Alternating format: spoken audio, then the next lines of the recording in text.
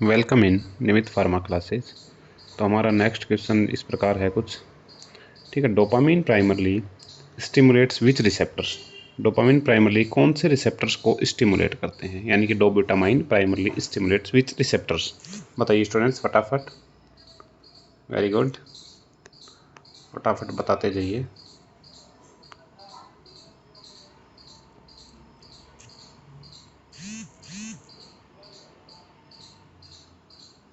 बहुत बढ़िया।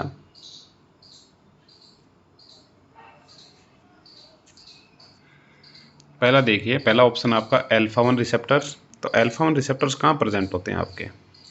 Alpha 1 receptors आपके प्रेजेंट होते हैं ब्लड वेसल्स के ऊपर। ठीक है, मैंने पहले ही बताया अल्फा 1 रिसेप्टर्स का काम क्या होता है, तो आपको जैसे कि पता होगा, फिर से दोबारा बता देता हूँ, भूल गए होंगे। तो फर्स्ट अल्फा 1 रिसेप्टर्स का काम होता है आपकी जो ब्लड वेसल्स हैं उनको कॉन्ट्रैक्ट करने का, यानी कि वैसो कॉन्स्ट्रक्शन का काम कौन करवाता है आपका अल्फा 1 रिसेप्टर्स। कहाँ प्रेजेंट होते हैं, तो ब्लड वेसल्स पे याद रखना। दूसरा ऑप्शन है बीटा 1 रिसेप्टर्स। बीटा 1 रिसेप्टर्स कहाँ प्रेजेंट होते हैं आपके हार्ट के ऊपर। हार्ट पे जो बीटा 1 रिसेप्टर्स प्रेजेंट होते हैं, इनका काम क्या होता है। बीटा 1 रिसेप्टर्स का काम होता है, बीटा 1 जो रिसेप्टर हार्ट पे है, हार्ट की एक्टिविटी को बढ़ाने का, यानी फोर्स ऑफ कॉन्ट्रैक्शन बढ़ाने का काम कौन करते हैं, बीटा 2 यानी कि बीटा 1 रिसेप्टर्स करते हैं। ठीक है, थर्ड ऑप्शन है बीटा 2 रिसेप्टर्स। थर्ड ऑप्शन कौन सा हो गया आपका, बीटा 2 रिसेप्टर्स। बीटा 2 रिसेप्टर्स का क्या काम होता है, ये आपकी जो स्मूथ मसल्स थी, स्मूथ मसल्स में एक्टिविटी शो करते हैं, यानी कि उनके एक्शन को कम कर देते हैं ना, जैसे कॉन्ट्रैक्शन वगैरह हो रहा था उसको कम कर देते हैं। और डोपामिन रिसेप्टर्स D1। तो इसका आंसर हो जाएगा आपका beta 1 receptors. Dobutamine primarily stimulates which receptor, तो आप क्या कर देंगे, बीटा 1 रिसेप्टर्स को स्टिमुलेट कर दें। वेरी गुड स्टूडेंट, बहुत बड़े अच्छे जवाब देते हैं आप। सेकंड है dobutamine is mainly indicates for. Dobutamine का मुख्य उपयोग किस में किया जाता है, chronic hypertension first option, second acute heart failure with low cardiac output, third option bronchial asthma, fourth option nasal congestions. बताइए स्टूडेंट्स फटाफट। बहुत बढ़िया, ऐसे ही जवाब देते रहिए, बहुत अच्छे।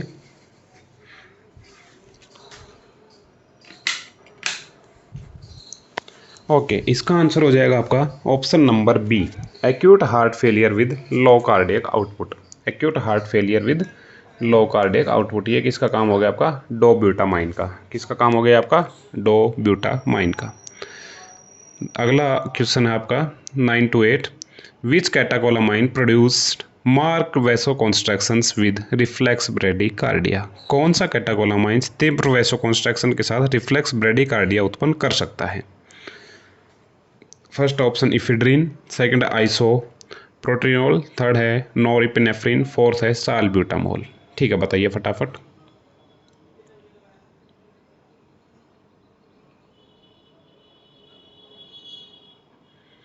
ओके, इसका जैसे देखिए इफिड्रीन एपिनेफ्रिन, एपिनेफ्रिन नहीं करता वैसो कॉन्स्ट्रक्शन, आइसोप्रोटाइन नहीं करता, तो नोर एपिनेफ्रिन है, ये क्या करता है आपका, अचानक से ज़्यादा वैसो कॉन्स्ट्रक्शन कर देता है तेज़ी से, जिससे क्या होता है, रिफ्लेक्स ब्रेडिकार्डिया उत्पन्न करती है। ठीक है, क्या करता है, रिफ्लेक्स ब्रेडिकार्डिया उत्पन्न कर देता है। तो इसका आंसर हो जाएगा आपका नोर एपिनेफ्रिन। दूसरा इसमें इससे देखेंगे आप कैटाकोलामाइन से। कैटाकोलामाइन रिंग किस किस में प्रेजेंट होती है, तीन तीन चीज़ों में प्रेजेंट होती है। एक आपका डोपामीन, डोपामीन, नोरेड्रेनलिन और आपका एड्रेनलिन यानी नोरेपिनेफ्रिन। तो इन तीन में प्रेजेंट होते हैं, तो तीन में से ऑप्शन एक आपको देख लेना है। तो ऑप्शन मिला आपको नोरेपिनेफ्रिन। ठीक है, नेक्स्ट है आपका at low doses epinephrine predominantly stimulates. कम मात्रा में एपिनेफ्रिन मुख्यतः किस रिसेप्टर पर प्रभाव डालती है। ठीक है, कम मात्रा में किस पर डालेगी, alpha 1 receptors only, beta receptors only, specially beta 2, muscarinic receptors या डोपामिन रिसेप्टर्स।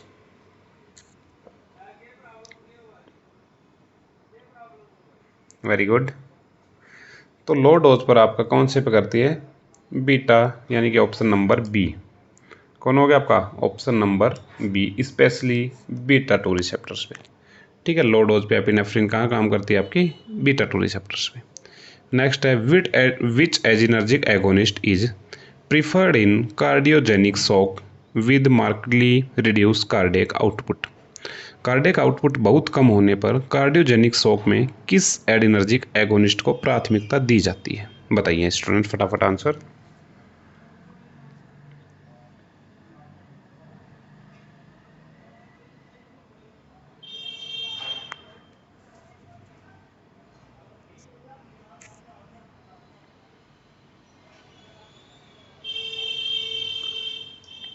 ओके, इसमें आपका आंसर आ जाएगा ऑप्शन नंबर ए ठीक हो जाएगा। ठीक है, फिनाइलेफ्रिन तो अल्फा पे काम करती है, कार्डियक आउटपुट से कोई लेना देना नहीं। ये प्री साइनेप्टिक, ये भी हार्ट रेट को यानी कि एंटी हाइपरटेंसिव ड्रग के तौर पर ये भी आपके अल्फा पे काम करती है। ये प्री साइनेप्टिक अल्फा 2 होगी, ये अल्फा, ठीक है, और ये भी आपके अल्फा, तो डोब्यूटामाइन इसका आंसर ठीक हो जाएगा।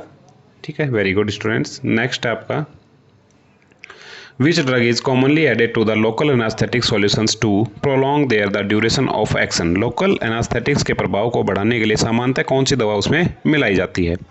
तो इसी में देखते हैं। फर्स्ट ऑप्शन आपके साल्ब्यूटामोल, सेकंड ऑप्शन आपका एपिनेफ्रिन, थर्ड ऑप्शन आपका टर्बिटाइलिन, फोर्थ ऑप्शन आपका मिथाइल दोपा। वेरी गुड स्टूडेंट, फटाफट जवाब दीजिए, बहुत बढ़िया, फटाफट जवाब देना। ये बहुत कॉमन क्वेश्चन है। लोकल एनेस्थेटिक्स के एक्शन को बढ़ाने के लिए डैश दवाई दी जाती है। इससे क्या होता है, वहाँ का ब्रोंको, वहाँ का वैसो कॉन्स्ट्रक्शन हो जाता है। क्या हो जाता है, वैसो कॉन्ट्रैक्शन हो जाएगा, जिससे क्या होगा, ब्लड फ्लो वहाँ का नहीं बढ़ पाएगा, वहाँ ज़्यादा ब्लड फ्लो नहीं आ पाएगा, जिससे लंबे समय तक आपका लोकल एनेस्थेटिक्स का यूज़ हो जाता है। लंबे समय तक लोकल एनेस्थेटिक आपका वहाँ पे एक्शन शो करता है। तो इसकी ड्रग होगी आपकी एपिनेफ्रिन। एपिनेफ्रिन ड्रग को ही आप लोकल एनेस्थेटिक्स के साथ देते हैं, जिससे वहाँ का एक्शन यानी कि लोकल एनेस्थेटिक का एक्शन लंबे समय तक रहता है।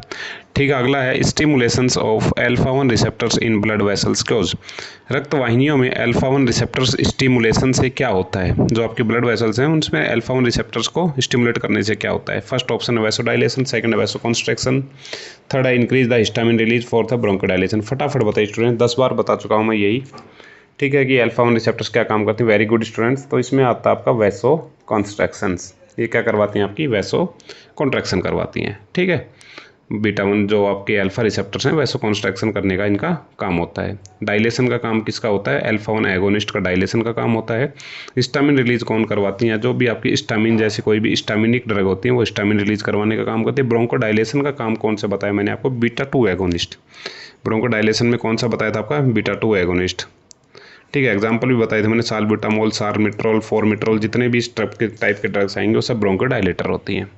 ठीक है, next question, which beta 2 agonist is preferred for acute relief of bronchospasm? Acute bronchospasm में तुरंत राहत के लिए कौन सी बीटा 2 एगोनिस्ट अधिक उपयोग में लाई जाती है? तो पहले ही बताया मैंने, साल्मिट्रोल, फोरमिट्रोल है ना, साल्ब्यूटामोल, क्लोनिडीन, मिथाइल डोपा। ये दोनों ऑप्शन तो वैसे ही कट गए आपके। ये अल्फा 2 एगोनिस्ट होगी, ये आपका फॉल्स न्यूरोट्रांसमीटर। इन दोनों में से आपको एक बतानी है। मैंने पहले भी बताया था, एक लॉन्गेस्ट एक्टिंग होती है, एक इमीडिएट एक्टिंग करने में काम आती है। बताइए फटाफट, जिसने ध्यान से वो वीडियो देखा होगा तो वो एकदम सही बताएगा। वेरी गुड, बहुत बढ़िया स्टूडेंट्स।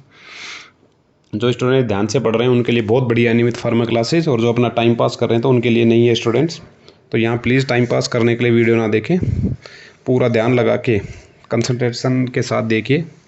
कुछ चीज़ें जो बोली जाएंगी वही पेपर में आती हैं स्टूडेंट्स, जो बोला जा रहा है तो जो ध्यान से सुन रहा है उसके लिए बेस्ट है, और जो टाइम पास कर रहा है उसके लिए बिल्कुल नहीं है। दूसरी जगह जाके भी आप देख सकते हैं।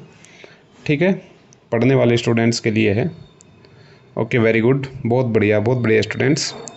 ठीक है, तो इसका आंसर साल्मिट्रोल मैंने पहले बताया लॉन्गेस्ट एक्टिंग होती है आपकी। कौन सी एक्टिंग होती है? Longest acting. ड्यूरेशन क्या होता है लॉन्गेस्ट एक्टिंग का? धीरे धीरे ड्यूरेशन करती है। बट साल्ब्यूटामोल ये आपकी short and fast acting drug होती है। तो अचानक से किसी को तुरंत राहत देने के लिए कौन सी ड्रग देंगे आप? साल्ब्यूटामोल का आईवी इन्फ्यूज़न भी दिया जाता है। साल्ब्यूटामोल का इनहेलर तो होते हैं, बट उसका आईवी इन्फ्यूज़न भी दिया जाता है अगर किसी पेशेंट्स को ज़्यादा अचानक से दिक्कत हुई है तो।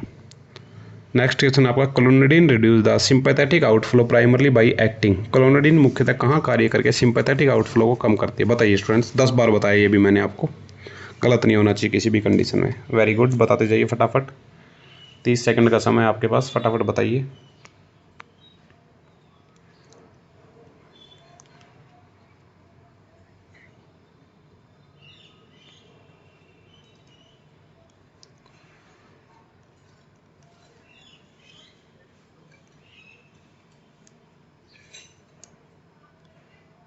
Okay, very good.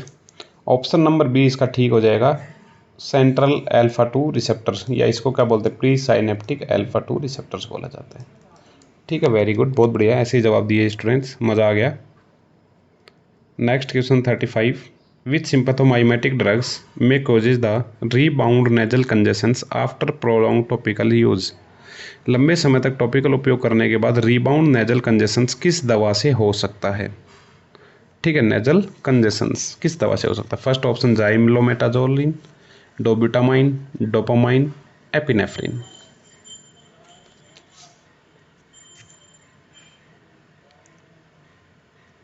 ओके, तो किससे होता है आपका जाइलोमेटाजोलिन। अगर लंबे समय तक टॉपिकली आप उसको यूज़ कर रहे हैं तो ये साइड इफेक्ट उससे आ सकता है, रीबाउंड नेजल कंजेशंस। ठीक है, जाइलोमेटाजोलिन इसका साइड इफेक्ट, ये काम क्या करती है नेजल डिकंजेस्टेंट के तौर पे, बट आप लंबे समय तक उसको यूज़ करे जा रहे हैं नेजल स्प्रे दे दे के तो वो क्या करती है, रीबाउंड फिनोमिना शो कर देती है, नेजल कंजेशंस करवा देगी उल्टा ही।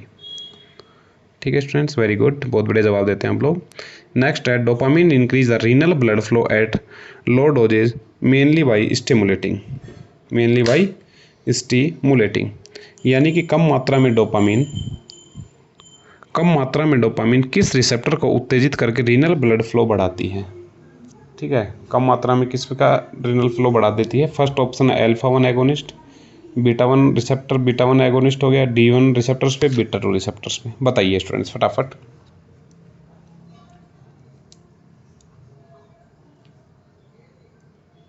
वेरी गुड, बहुत बढ़िया, D1 रिसेप्टर्स पे। कौन से रिसेप्टर की बात हो गई यहाँ पे, D1 रिसेप्टर्स पे आके करती है ऐसा काम। नेक्स्ट है 37 number question, which adverse effect is commonly associated with epinephrine. Epinephrine का सामान्य प्रतिकूल प्रभाव कौन सा है। एपिनेफ्रिन का सामान्य प्रतिकूल प्रभाव कौन सा है, तो बताइए। Bradycardia, tremors and tachycardia, constipations, urinary रिटेंशंस।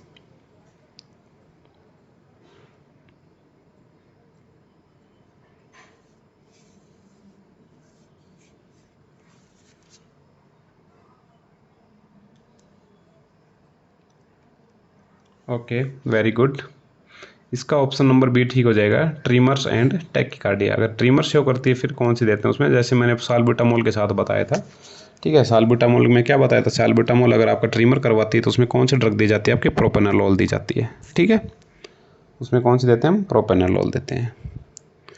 Next है which adrenergic agonist is considered the drug of choice in anaphylactic shock.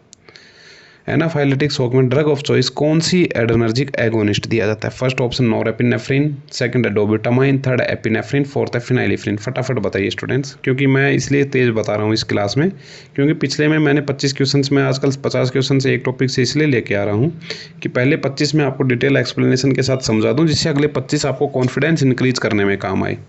जब तक आपका एग्जाम आएगा तब तक आप तैयार हो जाएंगे, कॉन्फिडेंस आपका इंक्रीज हो जाएगा। ओके स्टूडेंट्स, वेरी गुड, बहुत बढ़िया।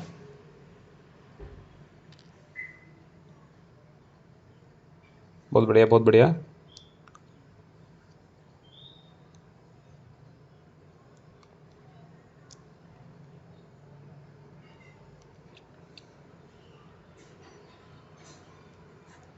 Okay, option number C is correct.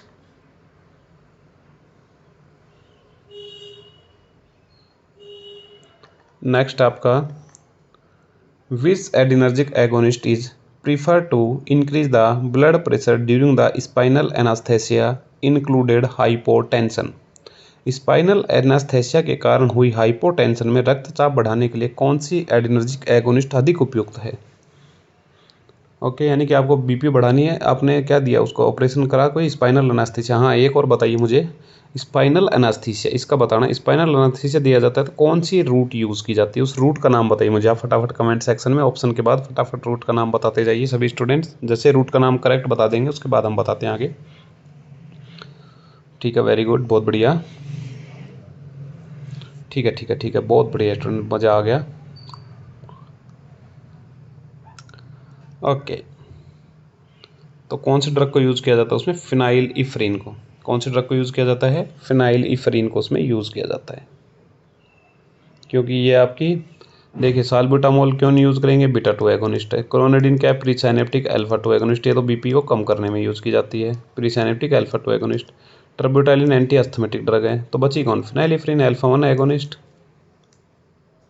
ठीक है ना, सिंपल ऐसे ऑप्शन काटते हुए चलना, अपने को याद करते हुए चलना है, ऑप्शन काट के सॉल्व करते हुए चलना है। 4 चीज़ें ही हैं बस, हर टॉपिक में 4 चीज़ें हैं, वो जिसने समझ ली उसको रटना कुछ नहीं पड़ेगा, जिसने रटी उसको फिर बार बार कितनी देर रटोगे, रटना ही रटना पड़ेगा फिर उसको बार बार बार बार। ठीक है, अगला है which sympathomimetic drugs act by both direct receptors stimulations and the release और नोरएपिनेफ्रिन। कौन सी सिम्पथोमाइमेटिक दवा सीधे रिसेप्टर्स को उत्तेजित करने के साथ साथ नोरएपिनेफ्रिन भी रिलीज करती है? यानी कि वह ड्रग बतानी है जो आपको सिम्पैथोमाइमेटिक यानी सिंपैथेटिक सिस्टम में काम आती हो, रिसेप्टर्स को उत्तेजित करने के साथ साथ नोरएपिनेफ्रिन भी रिलीज करवाती है। फर्स्ट ऑप्शन है फिनाइलिफ्रिन, इफेड्रिन, डोब्यूटामाइन, साल्ब्यूटामोल। फटाफट बताइए स्टूडेंट। बहुत बढ़िया, बहुत और गजब, बहुत बढ़िया भाई, बहुत बढ़िया। तो इसमें ड्रग आ गया आपकी इफेड्रिन। पहले बताया था मैंने इफेड्रिन का, इफेड्रा जियार्डियाना सोर्स होता है, इफेड्रेसिस की फैमिली होती है। ठीक है, ठीक है, ठीक है, बहुत बढ़िया बेटा, बहुत बढ़िया। नेक्स्ट क्वेश्चन करते हैं हम।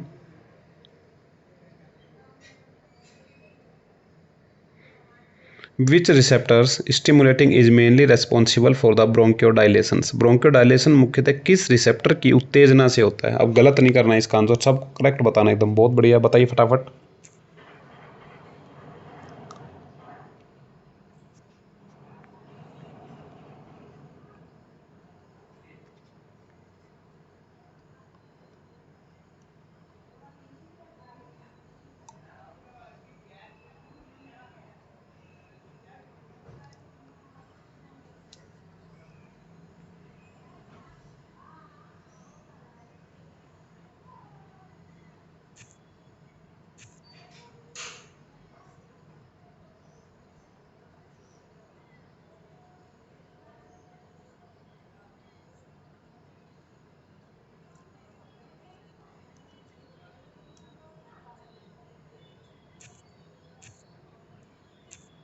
Very good students.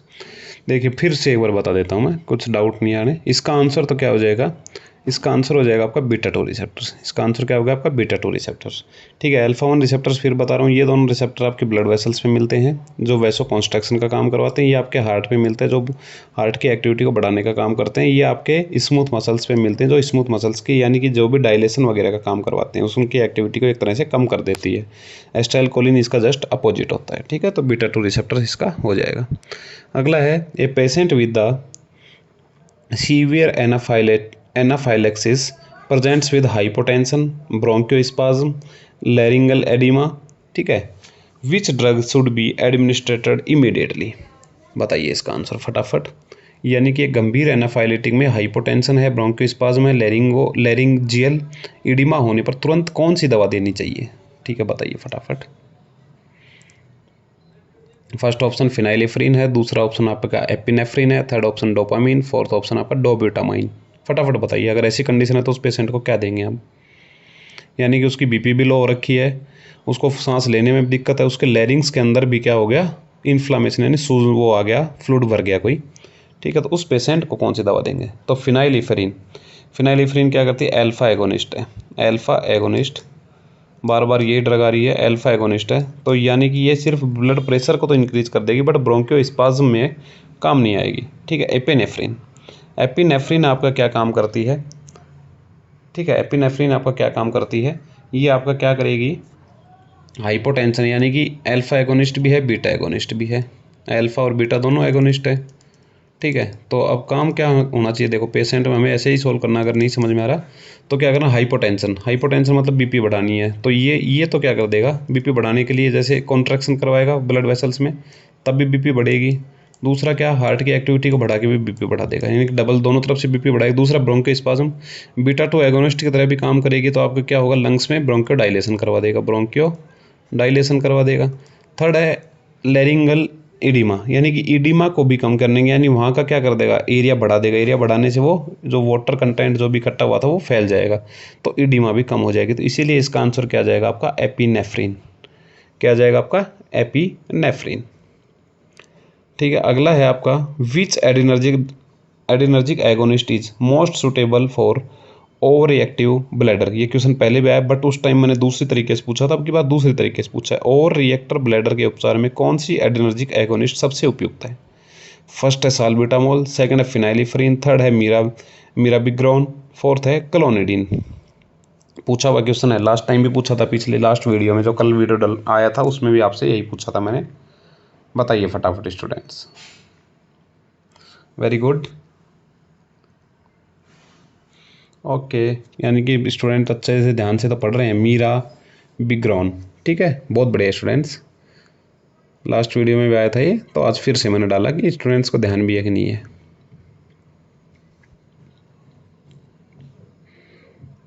नेक्स्ट है which drugs is preferred for स्टी यानी sympathomimetic bradycardia when atropine is ineffective and temporary chronotropic support is required. जब एट्रोपिन प्रभावी न हो और अस्थायी कोरोनोट्रोपिक सपोर्ट की आवश्यकता हो तब कौन सी दवा उपयुक्त होती है। यानी कि आपकी कौन सी ड्रग काम नहीं आ रही, एट्रोपिन काम नहीं आ रही। एट्रोपिन क्या करती है, M1 एंटागोनिस्ट होती है। M1 रिसेप्टर कहाँ प्रेजेंट बताए थे मैंने, यानी कि क्या, तो मस्कारिनिक एंटागोनिस्ट होती है ड्रग, है ना, मस्कारिनिक एंटागोनिस्ट होती है। यानी कि हार्ट की एक्टिविटी को क्या करने के काम आती है, आपकी बढ़ाने के काम आती है। क्या करने के काम आती है, हार्ट की एक्टिविटी को बढ़ाने वाली होती है, बट वो काम नहीं कर रही है। आपको कोनोट्रोपिक सपोर्ट यानी फोर्स ऑफ कॉन्ट्रैक्शन बढ़ाना हो आपको, ठीक है, तो कौन सी दवा उपयुक्त होगी, आइसोप्रोट्रियोन, फिनाइलिफ्रीन, जाइलोमेटाजोन, मेथाजोलिन। तो फर्स्ट ऑप्शन नंबर ए ठीक हो जाएगा इसका, आइसोप्रोट्रियोनोल। कौन सा ऑप्शन ठीक हो जाएगा आपका, ऑप्शन नंबर ए ठीक हो जाएगा। कैसे हो जाएगा, क्योंकि ये तीनों, ये अल्फा एगोनिस्ट होगी दोनों। ये ड्रग आपका फॉल्स न्यूरोट्रांसमीटर, ये भी बीपी कम करने में काम आती है, पहले ही बताया था मैंने। ये बीपी को बढ़ाने में तो ज़रूर काम आती है, बट ये बीपी को बढ़ाने में काम आती है, ना कि कोई हार्ट पे कोई फोर्स करवाती है। ये क्या करती है, आपकी बीटा 2 रिसेप्टर्स के साथ यानी बीटा 1 रिसेप्टर्स के साथ एगोनिस्ट की तरह कार्य करती है। आइसोप्रेनालिन बीटा 1 बीटा 2 एगोनिस्ट होती है, ठीक है। तो ये क्या करेगी, आपके फोर्स ऑफ कॉन्ट्रैक्शन में मदद करेगी, आपके हार्ट की एक्टिविटी को बढ़ाने में मदद करेगी, यानी क्रोनोट्रोपिक सपोर्ट देने में काम आएगी उसके, ठीक है। बहुत बढ़िया स्टूडेंट्स, जिसने ये आंसर दिया बहुत बहुत बढ़िया पढ़ रहा है वो।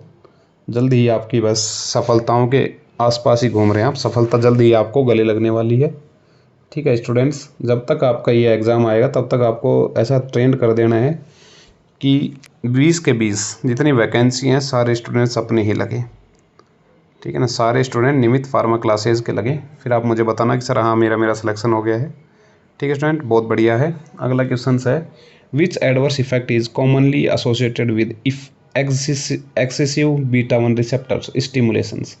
अत्यधिक बीटा 1 रिसेप्टर स्टिमुलेशन का सामान्य प्रतिकूल प्रभाव क्या है। अत्यधिक बीटा 1 रिसेप्टर स्टिमुलेशन का सामान्य प्रतिकूल प्रभाव क्या, बताइए। ब्रोंकियोस्पाज्म, टैकीआर्दमिया, मियोसिस या कॉन्स्टिपेशंस। फटाफट बताइए स्टूडेंट, फटाफट एकदम करेक्ट जवाब देना आपको, तुक्के उक्के नहीं मारने हैं ना। बहुत सिंपल सा है, बहुत अच्छे तरीके से पढ़ा है, इसलिए आपको बिल्कुल सिंपल लगेंगे क्वेश्चंस। कोई चीज़ को अपन हार्ड तरीके से करके नहीं पढ़ेंगे, एकदम स्मूथली पढ़ते हुए चलना है। पता नहीं चलना चाहिए एक हाथ से पढ़ा दूसरे हाथ को भी, बस सिर्फ दिमाग को पता चलना चाहिए हमने हाँ बहुत मस्त मज़ा आ गया पढ़ के। क्लास ऐसी लो कि बस पढ़ के दिल खुश हो जाए कि हाँ यार मुझे फिर पढ़ने के अंदर से लालसा आनी चाहिए इंसान के अंदर कि मुझे और पढ़ना है, अभी मज़ा आया था, ठीक है। वीडियो को भी अपना शेयर करिए फटाफट, बहुत कम लोग देख पा रहे हैं इसको लाइव में, तो जल्दी से जितने ज़्यादा लोगों में शेयर कर सकें आप शेयर करिए। आपके जो भी और भी ग्रुप होंगे, स्टडी ग्रुप, आपके क्लासमेट्स के ग्रुप, सब में शेयर करिए फटाफट, एगोनिस्ट की तरह रिएक्ट करिए, ठीक है। तो इसका आंसर आ जाएगा आपका ऑप्शन नंबर बी, टैकीकार्डिया। यानी कि ज़्यादा अगर बीटा 1 रिसेप्टर यानी कि हार्ट को ज़्यादा स्टिमुलेट करा जाएगा तो क्या करेगा, हार्ट रेट को बढ़ाता हुआ जाएगा और अरिथमिया हो जाएगा, यानी कि उसको फिर समझ नहीं आएगा, अरिथमिया हो जाएगा उसको, टैकी अरिथमिया। नेक्स्ट है which sympathomimetic drugs is contraindicated in angle closure glaucoma because it may cause the precipitate an attack. Angle closure glaucoma में किस सिम्पैथोमाइमेटिक दवा से बचना चाहिए क्योंकि यह अटैक को बढ़ा सकती है। फर्स्ट है फिनाइलिफ्रीन, दूसरा है डोब्यूटामाइन, तीसरा है डोपामीन, चौथा है ट्रब्यूटाइलिन। बताइए स्टूडेंट्स।